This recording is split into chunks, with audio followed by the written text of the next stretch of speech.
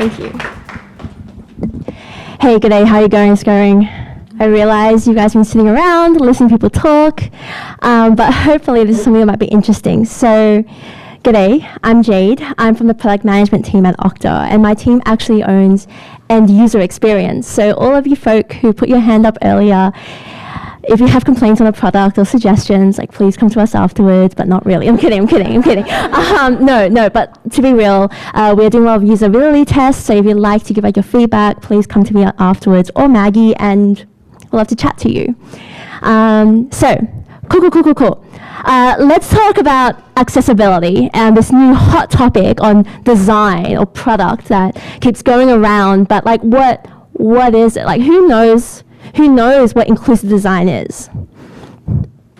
Cool, so about 70% of you didn't put your hand up, and that's okay because I was in your shoes a year ago. So I want to kind of give a 101 on what accessibility is, why it matters, and things that you can take away today after this 10-minute conversation tomorrow or tonight if you're feeling really ambitious.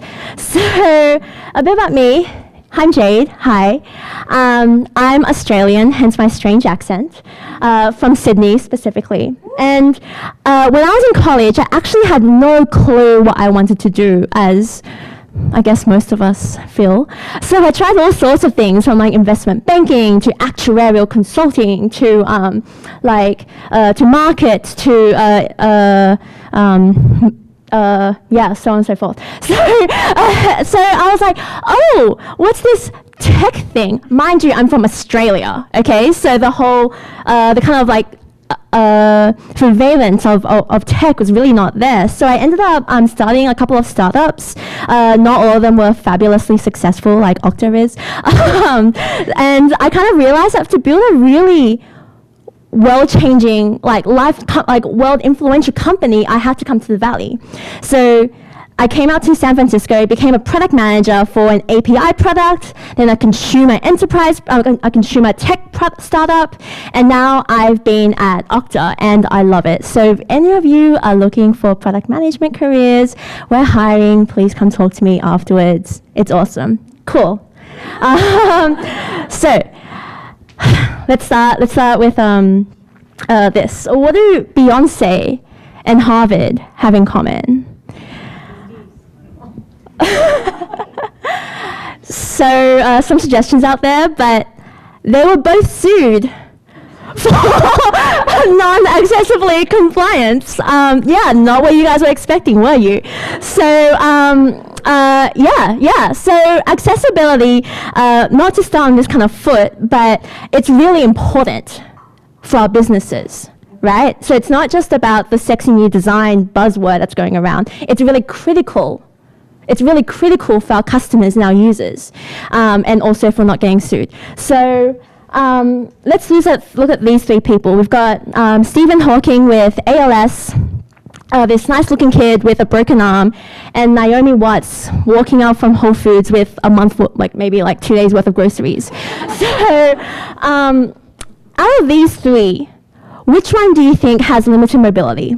So who thinks it's Stephen? Who thinks it's the kid? Or who thinks it's Naomi? Or who thinks it's all? Brilliant! Awesome! I wish I had more prizes to go around. I'll come up with something later.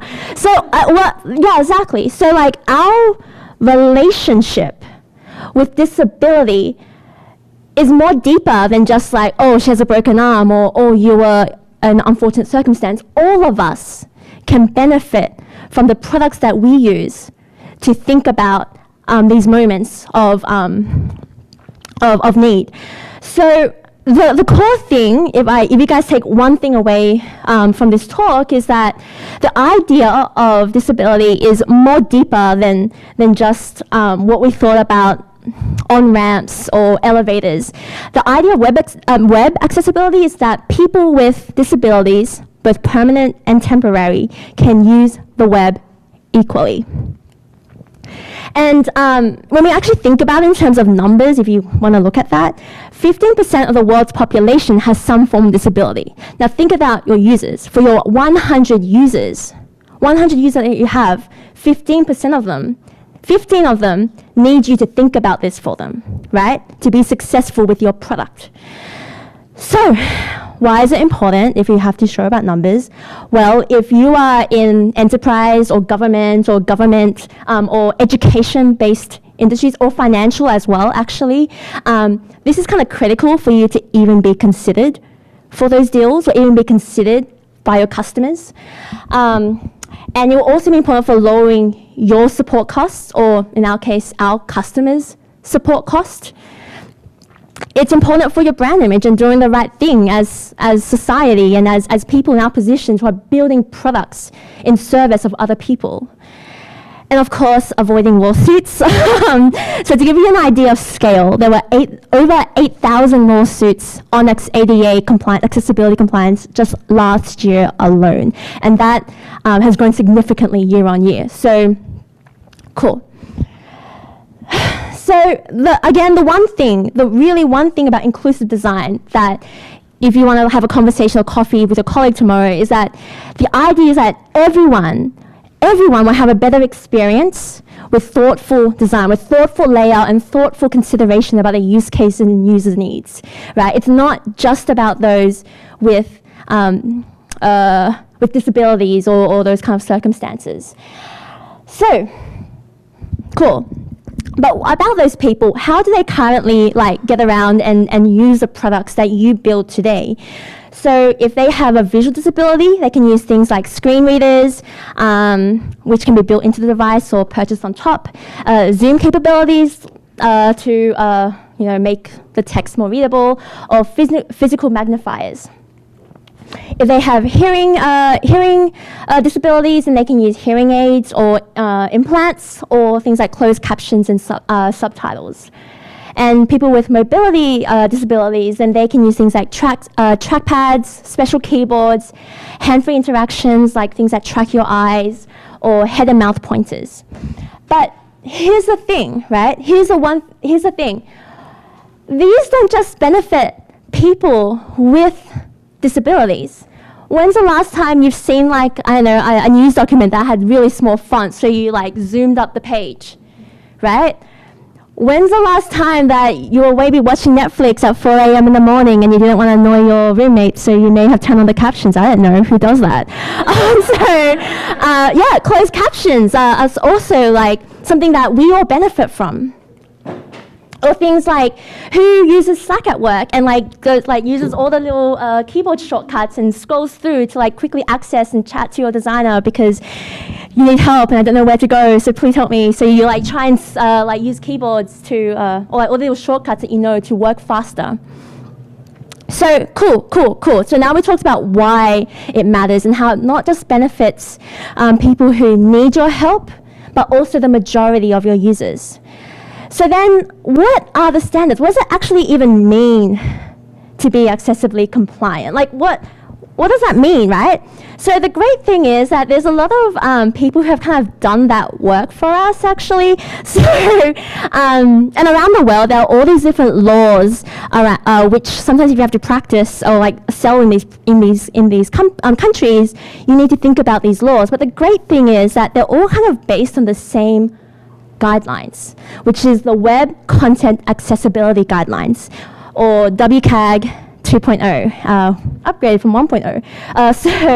And this was a set of guidelines built by the World Wide Web's consortium, which is a great breakdown on what are the things that you need to think about. And they're kind of and I'll kind of talk through some of them later, but it's a great framework to look through on really basic things that will kind of make sense to you once you read them. But the core pillars of them are around these 4 key principles on perceivable, operable, understandable, and robust. So those are nice words. What does that mean? So perceivable means that it's something that a user can see or listen or listen on the product that you provide. Operable means that they can interact with it. So things like the keyboard shortcuts, things like being able to work with voiceovers and so on and so forth. Understandable, so things like if they see it, can they comprehend what the intent of this product is meant to do, right? And finally, robust. So it has to be able to work with multiple devices or multiple platforms, right? So these are the core things that want like when they think about these standards that we want to think about. And I think anyone who builds products or cares about delivering things for your users, they're pretty core to just general design principles of building good things, right? So, again, good accessibility is an extension of good user experience. It's not an extra cost on top. It's an extension of building the right thing and building good products. So, cool. Now what? Great. Inspired. Let's do this. There are some things you can just take away from this. Like, one, if any of you are front-end engineers, if you guys are using basic semantic website architecture, keep it up. Great work. I know it also makes your life easier, so just keep it up. And the reason is because like this is kind of how like things like voiceovers actually are able to like read your page or read your product really quickly and hop through it. Other things which was new for me actually was think about using accessible colors and contrast. So there's a thing when you think about the background color and the text color, there are a lot of great tools online which like help calculate the contrast ratio. And if someone who has either color blindness, which is like 8% of the population, will make their life so much easier, and also just makes it more readable, right? Because not everyone's screen is LED perfect. So yeah, which kind of on the same thread. Try not to use color alone to make critical information understandable. So when you're making spreadsheets, when you're making charts, right? Color alone is actually really hard. And I'll kind of show you why. So here you can see someone, like the normal sign-in form, and someone like, oh, you screwed up your password or something, or your email. For someone who's red-green colorblind, where do you even start there, right? So things like text for error messages or like guidance for the user to be able to figure out, this is where I should go fix it. Don't just depend on color to convey that message.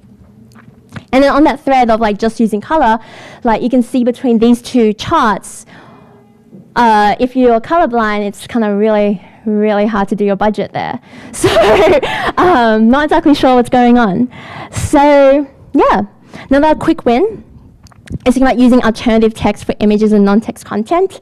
And it's easy. You just like add an area label or tag to the HTML doc, just saying like, this is a horse that eats hay, or this is my avocado toast. And all that does is, if you, it gets read out by a screen reader, but also people who are in places with low bandwidth, or if hypothetically I'm on the bar at home and I'm in a place with low Wi-Fi and the thing's not loading fast enough, that gets the text gets released, which means that I can still see and interact with that content without needing the high Wi-Fi, the high connection. And things like typography. So even basic things like basing on serif and sans serif fonts really helps with people with understanding legibility and the content without having to think about it. And there's no great guideline on font sizes, but just aim for like 16 pixels plus. It's just a good framework to go. And lean towards leveraging line heights. It just helps with comprehensibility and quick reading. So it will help you get your message across more clearly. And also design with focus states. So when a user is tabbing through a product, like let them know where they're tabbing. Let them know they've used the keyboard and how we can get them through. And make it keyboard navigable. So yeah, cool. So again, building an accessible product really benefits everyone. And if there's, and what can I do now about it? So there's some really great, if you guys use Chrome, there's some really great plugins that you can just like download really, well, for free really. And you can just like use that on your own websites or the websites that you like to use, and just see see how you go. And that's kind of how I actually got started with my own journey with accessibility, just seeing what's out there and seeing how are our products doing and what could we do better, and going from there. So the journey, if there's one thing I would like, one more thing to conclude, the journey towards accessibility is a journey, right? You're not going to be compliant from day one. And even for us at Okta, it's really hard. Like, there's things that we miss all the time, and there's considerations that we learn along the way with our users. But the one thing is that if you're mindful of it and you understand at least the problem and you kind of consider it, at least, that's one step along the way, and the rest of it will just follow. So thank you. Hope you learned something from that.